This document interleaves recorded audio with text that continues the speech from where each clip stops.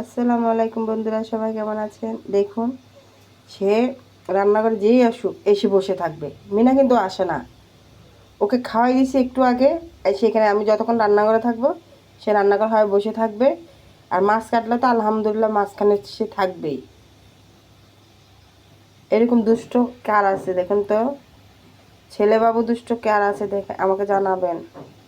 কারণ সে কিচ্ছু জানে না, সে ঘুমায় যাচ্ছে। একদম মার দেওয়া উচিত। কোথায় বসছে? আমি বসবো কোথায়? আমি কোথায় বসবো বলো? তুমি যে আমার মরার মধ্যে বসে আছো। খিদে লাগছে?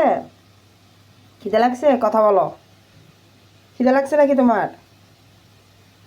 খিদে লাগছে আম্মু? যা, কথাই বলবো না তোর সাথে। মাছ খাবি? মাছ? কে মাছ খাবে? সবাই ভালো থাকবেন।